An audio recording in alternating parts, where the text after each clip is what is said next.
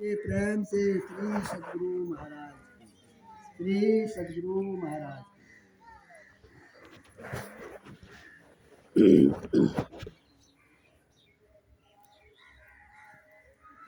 बंदो गुरुपद कंज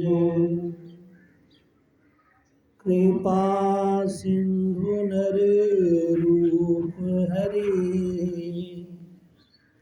महामोहितं कुंज जासु वचन रवि करे निकर। अव्यक्त रूप में सर्वत्र विराजमान पूज्यपाद संत सद्गुरु महर्षि में ही परमहंस जी महाराज के उभय पाद पद्मों में कोटि सा नमन।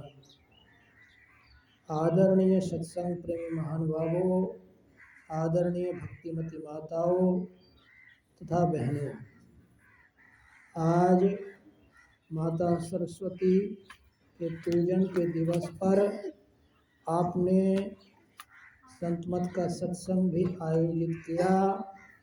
हमें लगता है कि परमात्मा ने गृहपति के मन में सद्बुद्धि दी कि जिस गुरु के यहाँ से आपके घर के लोग दीक्षित हैं उनका भी सत्संग श्रवण आप कर रहे हैं और जो संसार के नियम के हिसाब से मैया की पूजा होती है दोनों कर रहे हैं।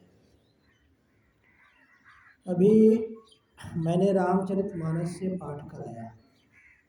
इसके पहले कि मैं आज पाठ की व्याख्या करूं, एक बार हाथ उठा के हमको बताइए कि कितने लोग दीक्षित हैं और कितने लोग पहले कितने लोग दीक्षित हैं। ये हाथ उठा दीजिए। दीक्षा कौन कौन ले लिए? तुम कहाँ लिए? दिए दीक्षा लियो? झूठ क्यों उठाए? जो दीक्षा ले लिए हैं, आप लोग दीक्षा लिए हैं?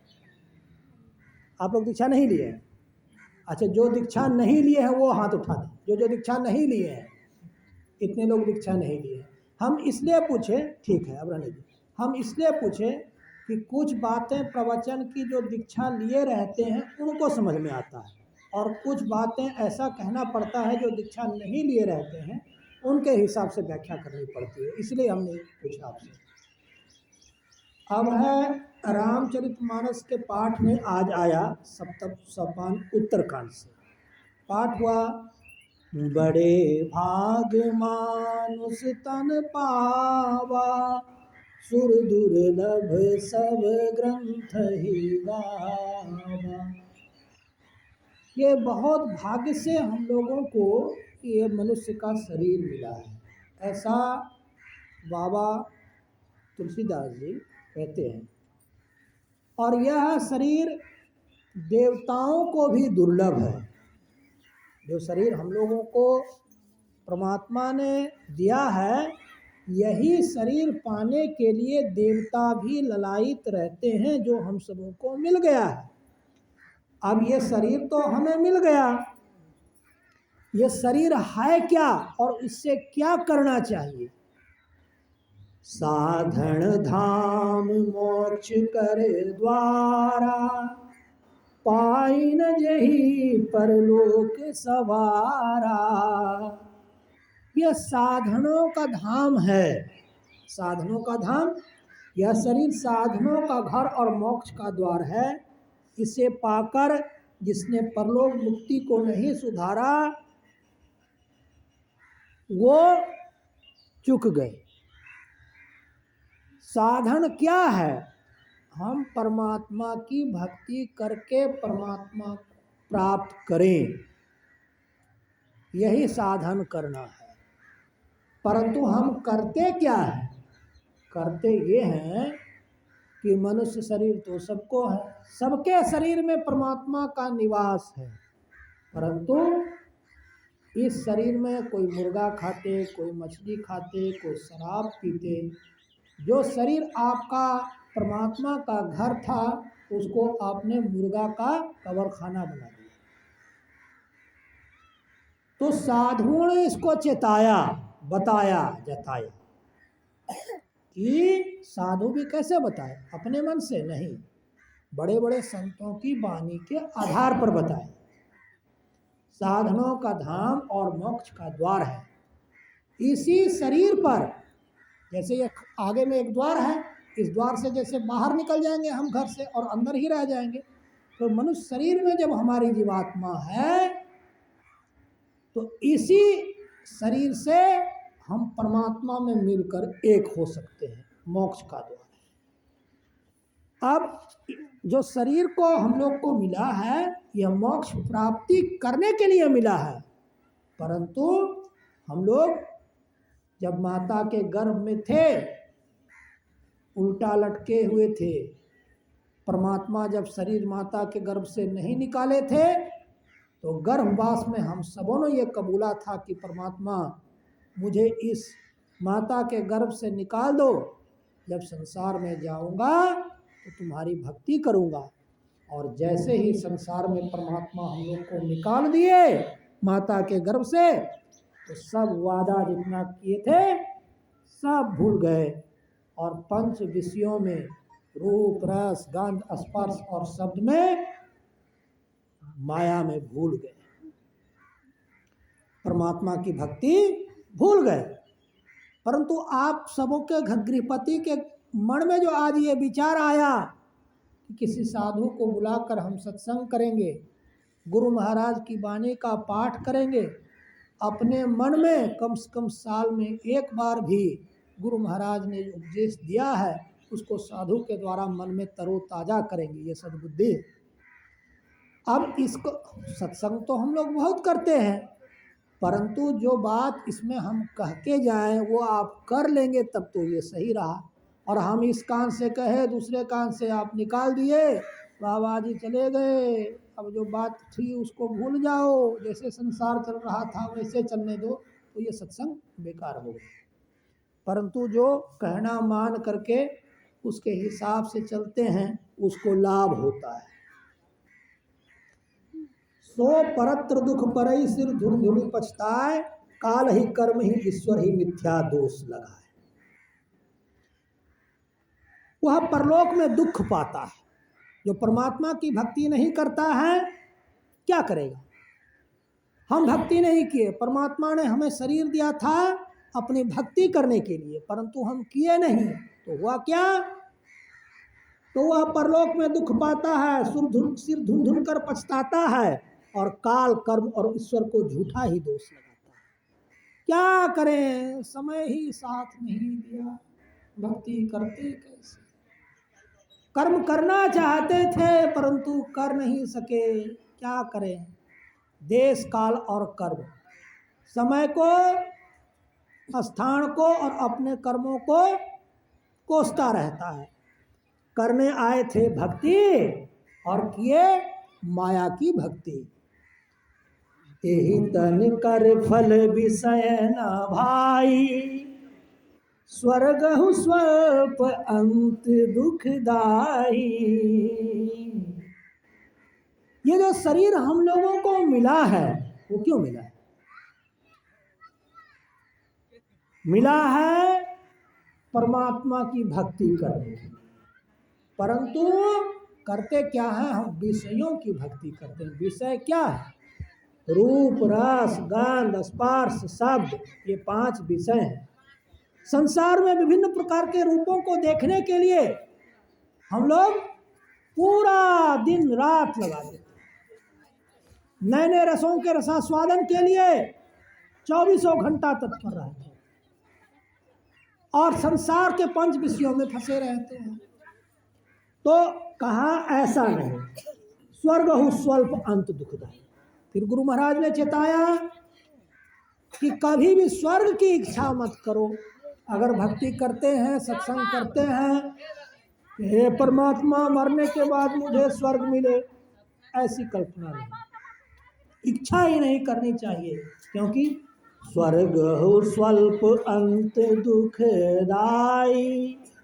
स्वर्ग में भी शुरुआत में तो कुछ सुख होता है परंतु अंत में दुख होता है। इसलिए जहां अंत में रोना पड़े वहां जाने से क्या फायदा, उसकी इच्छा ही ना करें। मोक्ष का प्रयास करना चाहिए, स्वर्ग का की प्राप्ति के लिए नहीं। नर तनु पाई विषय मन देही, पलटी सुधाते सट विष लेही। जो मनुष्य का शरीर पाकर विषय में मन लगाते हैं वो मूर्ख अमृत से बदलकर विष लेते हैं। अगर आप अमृत का पान कर लेंगे तो क्या होगा? अमृत का पान कर लेंगे, अमर हो जाएंगे, अजर हो जाएंगे। अमर जो कभी मरता नहीं। हम लोगों का शरीर मरणशील है, सभी लोग मरेंगे। अभी कोरोना में बहुत लोग मर गए, और आज भारत की सबसे बड़ी गायिका लता मंगेशकर जी का भी निधन हुआ। हम लोग मरणशील, सभी लोग मर जाते हैं, परंतु हमें अमर होने के लिए परमात्मा की भक्ति करनी चाहिए, अमरता को हम प्राप्त करें। हम कभी मरे नहीं, तो वो कैसे होगा? शरीर तो सबका मरता है, चाहे मेरा शरीर हो, आपका शरीर हो, गुरु महाराज का शरीर हो, देवी देवता हो। 74 कोठों की चर्चा है स्वर्गलोकों में।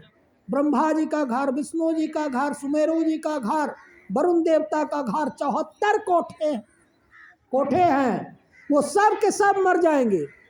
हम तो मरबे करेंगे, आप भी मरबे करेंगे, और मर के 72 कोठा वाले स्वर्ग को भी प्राप्त करेंगे, तो फिर वहां से भी मर के फिर धरती पर आ जाएंगे। सब के सब मरणशील है, सिवाय एक परमात्मा के। एक ही परमात्मा ऐसे हैं जो कभी नहीं मरते, उसके अलावा जितने हैं सबके सब मर जाते हैं। तो क्या चाहते हैं कि हम लोग मरते रहें? कोई चाहेगा? बार बार मरते रहे, माता के गर्भ में जाते रहे, फिर जन्म लेते रहें, इस चक्कर में कोई नहीं चाहता। इसलिए गुरु महाराज ने हम लोग को समझाया, बताया, जताया कि शरीर रहते ही मोक्ष के लिए प्रयास करो। कल दीक्षा लेंगे, कल दीक्षा लेंगे, ये सब करने से नहीं होता। हमने अच्छे अच्छे को देखा, हट्टा कट्ठा आदमी, रोग हो गया, खत्म हो गया 2 दिन में, राम नाम सत्य। कल की चिंता छोड़िए। मैं आज भी कह रहा हूं, जो लोग मांस मछली अंडा पहले से छोड़े हुए हैं, और 6 महीना पहले जिन्होंने से छोड़ रखा है, जहां तक मुझे पता है कि आयोजक जी ने बताया था कि कल भी एक सत्संग होगा, तो कल भूखे रहेंगे और दीक्षा ले लेंगे। कल कौन सा दिन है? कल सोमवार है। दीक्षा लेने में देर ना करें। कल का कौन देखा है, कौन जानता है कल क्या होगा? हमारे मोहल्ले में इस कोरोना में हमने 4-5 लाश तो मैं गाड़ी पर लादा था अपने हाथ से, 2 को तो सुल्तानगंज भी पहुंचाया था। तो लोग स्मृति लोक में मरमर के ऊपर जा रहे हैं। हम साधु महात्मा हैं, हमारा काम था सत्संग के माध्यम से आपको चेताना, बताना। हमने आपको बता दिया। बड़ी बड़ी नौकरियां करने वाले हैं, सब कुछ व्यवस्था है, 2 दिन में ऊपर से घंटी बज जाती है, राम नाम सत्य हो जाता है, खेला खत्म हो जाता है। लेकिन हम इतना जानते हैं, जो गुरु महाराज के मंत्र की दीक्षा लेकर थोड़ा भी ध्यान करेंगे, तो भगवान कृष्ण ने कहा है कि योग के आरंभ का अंत नहीं होता, और थोड़ा भी दीक्षा लेकर के 2 दिन की भी जिंदगी अगर उसकी होगी, तो अगला जन्म फिर से मनुष्य का मिलेगा। और मनुष्य का जब मिलेगा तो फिर वो ध्यान करके आगे की भजन ध्यान यात्रा को पूरा करेगा, और किसी न किसी जन्म में वो परमात्मा पद को प्राप्त करके मोक्ष की प्राप्ति करेगा। फिर दूसरा पाठ जो आज हमने करवाया है वो है कि ईश्वर से मेल ऊंचे दर्जे का सत्संग। सत्संग में सत का संग करना है। तो सत कौन है? सत सोई जो विनशय नाही, वही सत्य है जिसका विनाश नहीं होता। तो आप मेरा संगत कर रहे, मेरा तो विनाश हो जाए, हम तो मर जाएंगे, परंतु एक ऐसा है जिसका विनाश नहीं होता, जो कभी मरता नहीं, जो अजर है, अमर है, वो है परमात्मा। तो अगर परमात्मा से हम मिल लेंगे तो सच्चा सत्संग हो गया, सच्चा सत्संग हो गया। अब परमात्मा से मिलने के लिए संत मत में जो हम लोग के गुरु महाराज बताए हैं, आंख को बंद करके ध्यान करना पड़ता है, और नैनाकाश के अंदर अंधकार, प्रकाश और शब्द, तीन पर्दे रहते हैं। अंधकार, प्रकाश व शब्द पटत्रय जीव पर है छा रहे, कर दृष्टि और ध्वनियोग साधन इनको हटाना चाहिए। आप जब ध्यान की दीक्षा लेंगे, हमसे लेंगे, चाहे गुरु महाराज कुप्पा घाट से लेंगे, किसी से भी लेंगे, सब बताते हैं एक ही बात, एक ही मंत्र बताते हैं, एक ही विधि बताते हैं। आप चाहे कुप्पा घाट से लीजिए या हमसे लीजिए, किन्हीं से भी लीजिए, विधि एक ही बताते हैं, करना आपको पड़ेगा। गुरु महाराज होते हैं, ध्यान गुरु महाराज के रूप का होता है। ठीक है, तो अंधकार, प्रकाश और शब्द, तीन पर्दे आपको दिखेंगे, वो माया है, माया का आवरण है, और इन तीन पर्दों के पीछे तब परमात्मा बसते हैं। बाबा कबीर ने लिखा, घूंघट के पट खोल रे तो से पीऊ मिलेंगे। ये जो तीन पर्दा है, घूंघट है, इन पर्दों को ध्यान, गुरु से ध्यान की दीक्षा लेकर के खोलो, और जब पर्दा खोलोगे, तीन पर्दा के पार जाओगे तो प्रभु परमात्मा मिलेंगे। और जब परमात्मा मिलेंगे तो जिस काम के लिए जन्म आपको दिया गया था, जन्म आपको रोजी रोजगार करने, नौकरी करने नहीं दिया गया है, ये गुरु महाराज कहे हैं, और आपको दिया गया है परमात्मा की भक्ति करने के लिए। परंतु संसार में आकर आप भूल गए, जो पुराना वादा था माता के गर्भ का, वो भूल गए, और माया में, कोई दुकान में, कोई मकान में, कोई पैसे में, कोई नौकरी में, कोई बिजनेस में, इसमें परमात्मा की भक्ति छूट गई सबकी। मैं ये नहीं कहता कि कोई नौकरी नहीं करे, मैं ये भी नहीं कहता कि कोई रोजगार ना करे, मैं ये भी नहीं कहता कि कोई परिवार ना चलाए, मैं ये भी नहीं कहता कि कोई परिवार ना बनाए बढ़ाए, सब करे, परंतु सबके साथ साथ परमात्मा की भक्ति भी वैसे ही करे जैसे माया की भक्ति करते हैं। उसको भी थोड़ा थोड़ा करते रहे, वही थोड़ा थोड़ा थोड़ा करके जब कुछ पुण्य बढ़ जाएगा तो एक जन्म साधु का होता है, फिर ऐसे करते करते बड़े महापुरुष का संग होता है, और अंत में किसी एक जन्म में पूर्णत्व और निर्वाण की प्राप्ति होती है। तो हमें पूर्णत्व मिले, हमें निर्वाण मिले, इसी सब बात को बताने के लिए, याद कराने के लिए, जो आपके की विस्मृति में चली गई है, ये सत्संग का आयोजन होता है। इसमें ईश्वर के स्वरूप को हम लोग समझते हैं, ईश्वर क्या है, अनिश्वर क्या है, माया क्या है। गोचर जहाँ लगी मन जाई, सो सब माया जानहु भाई। जहां तक इंद्रियां जाती है, इंद्रियां क्या है, आँख, नाक, कान, जिह्वा, त्वचा, ये पांच इंद्रियां हैं बाहर की। फिर कर्म इंद्रियां हैं, हाथ, पैर, मुख, गुदा, लिंग, ये काम करने वाली इंद्रियां हैं। फिर अंतःकरण की चार इंद्रियां हैं, मन, बुद्धि, चित्त, अहंकार। इन 14 से परमात्मा नहीं खोजा जा सकता। परमात्मा को केवल एक आत्मा ही जान सकती है। परमात्मा को कोई कहा क्या, बाबा बाबा यूं मूर्ख बनाते हो, बोलते हो परमात्मा देखते हैं, दिखाते हैं, आंखों से जरा दिखाओ। हम बोले क्या, अगर मान लो कि तुमको आंखों से हम परमात्मा दिखा दें, कुछ दिन में तुम मर जाओगे, तुम्हारे आंखें नहीं रहेगी, अब फिर बोलोगे कि आंखों से परमात्मा दिखाओ। अब तो तेरे आंख ही नहीं है तो तेरे आंख से दिखाओ कैसे। जब तक आंख था तब तो तुम कहते थे कि आंखों से परमात्मा दिखाओ, कुछ दिन के बाद तुम मर जाओगे, तुम्हारी आंखें तो जलाकर राख कर दी जाएगी, अब तुमको आंख ही नहीं है तो परमात्मा दिखाए किससे। परमात्मा को आंखों से नहीं देखा जा सकता, कान से नहीं सुना जा सकता, नाक से नहीं सूंघा जा सकता।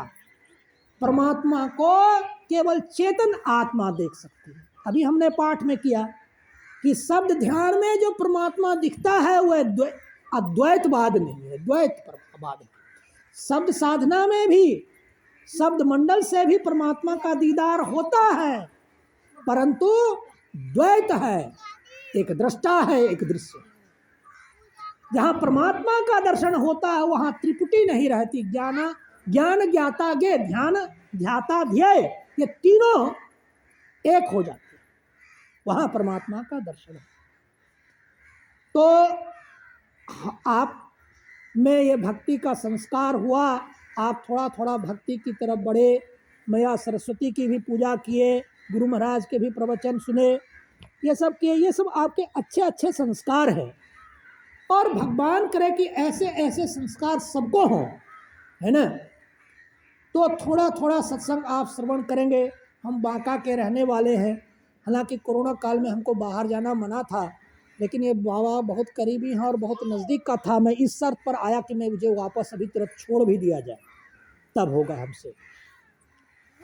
तो कुछ कुछ बात आप लोग, हमको अंदाज लगता है, हम आपसे पूछेंगे, हम जो कुछ अभी सत्संग में सुना है, कुछ बात आप लोग को ऐसा लगा कि ये सब करना चाहिए कि खाली ऊपर ऊपर चला गया सब? बोलिए, कुछ बात समझ में आई कि ध्यान में क्या करना चाहिए, सत्संग में क्या करना चाहिए, कि क्यों सब बात ऊपर ऊपर दिमाग से उड़ गया? कुछ क्लियर हुआ? कुछ कुछ आवे छे ना, तो दीक्षा लेवे के मन करे छे कि नहीं? 2-4 साल बाद ले लो छो, तो आप लोग को दीक्षा उक्षा लेने का मन करता है अभी कि नहीं? कुछ दिन और लगेगा? हाँ, उसमें और देर लगेगा कि तुरंत होगा? हम कल इंतजार करेंगे। हाँ, तो फिर आगे हम आने वाले नहीं हैं, इतना जल्दी नहीं आ सकेंगे हम। दीक्षा, देखिए हम क्यों बोले, इसलिए बोले कि देखिए कोरोना में कितने लोग ऊपर जा रहे हैं। हम बाहर के देशों में लोग मिलते हैं ना, तो या तो मेरे घर में कैंसर का पेशेंट है, मेरे घर में फला पेशेंट है, खाली रोगी, सब घर में 2-4 रोगी रहते हैं। इसलिए देखिए हम तो एक साधु है, हमारा काम है चिताना, बताना, है ना, करना तो आपको पड़ेगा। इसलिए दीक्षा लेकर ध्यान साधना कीजिए। हम एक दिन आए चिल्ला के चले गए, दूसरे दिन भी चिल्ला के चले जाएंगे, हम आप कुछ कहेंगे, आप जाने के बाद कुछ करेंगे, तो मेरा कहना सुना बेकार हो गया। परंतु इसी को कोई दीक्षा लेकर ध्यान साधना कर लेगा, ध्यान साधना करने के बाद जीवन में उतार लेगा, ये मेरा प्रवचन सार्थक हो जाएगा। जो नहीं उतारेगा, काल करे सो आज कर, आज करे सो अब, पल में परलय होएगा, बहुरी करेगा कब। कभी नहीं सोच सकते कि आगे क्या होगा, कोई कुछ नहीं कर सकता। आगे आप कोरोना काल में आप देख रहे हो कि कितने आदमी खत्म हो रहे हैं। उस समय जब 1-1 पौने 2 लाख मरीज रोज होते थे ओमिक्रॉन के, 500-500 आदमी मर भी जाते थे उसमें। यही जनवरी की बात है। इसलिए कि ये स्थिति हमें ना होने पावे कि आगे के जन्म में, आगे में हमें दुख हो, इसलिए दीक्षा की विधि संत मत में बताई गई है। इसलिए दीक्षा लेकर ध्यान कीजिए, सत्संग कीजिए, भजन कीजिए, मैया सरस्वती की आराधना किए, वो भी अच्छा है। यह अच्छे विद्या की दात्री माता है और इससे विद्या बुद्धि बढ़ता है, और सब कुछ ठीक है। तो हमको लगता है कि समय 6 बज रहा है और हमें जाना भी है। थोड़ा सा कल भी हम लोग सुनेंगे, जब आप स्थिर से अपना आइएगा, खाली जब रहिएगा तो हम सुनाएंगे। और आज के लिए अब हम लोग को समाप्त कर देना चाहिए। बोलिए प्रेम से श्री सद्गुरु, श्री सद्गुरु, श्री सद्गुरु। और अब आरती करेंगे कापी बाबा, उसके बाद तब अंत होगा। दीजिए आरती। अच्छा, हाँ, तो एक भजन आप ही लोग को सुनाइए, हम तो भजन तो सुनाए बीच में ना। नहीं बाबा, आप नहीं, हम सुनाएंगे भजन। अच्छा चलिए, एक भजन मैं सुना देता हूँ। निज तन में खोज सजन, निज तन में खोज सजन, बाहर ना खोजना, अपने ही घट में हरि है, अपने में खोजना, निज तन में खोज सजन।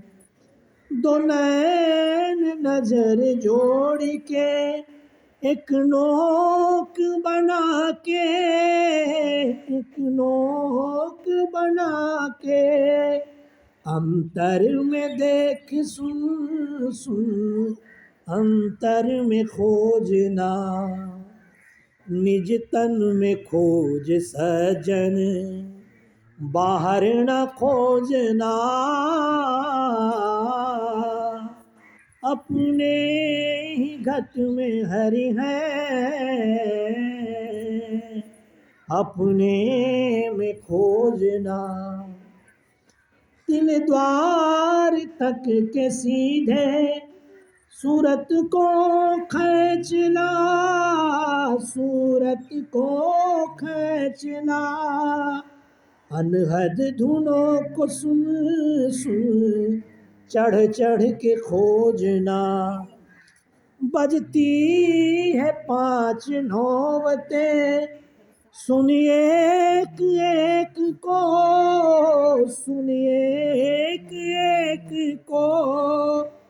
प्रत्येक पे चढ़ी जाए के निज नामे खोजना। निज तन में खोज सजन, बाहर न खोजना। अपने ही घट में हरि है, अपने में खोजना। पंचम बजे धूर घर से जहाँ आप विराजे, जहाँ आप विराजे। गुरु की कृपा से मैं ही ता पहुँची खोजना। निज तन में खोज सजन, बाहर न खोजना। अपने ही घट में हरि है, अपने में खोजना। अब आरती कीजिए।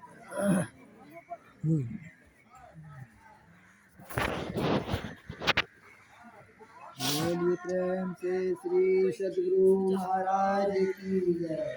श्री सद्गुरु महाराज की जय। आरती संग सतगुरु की जय। अंतर ज्योति होत गगरी जय। पाँच तत्व तन अगुराई, दीपक चास प्रकाश करी। गगन थाल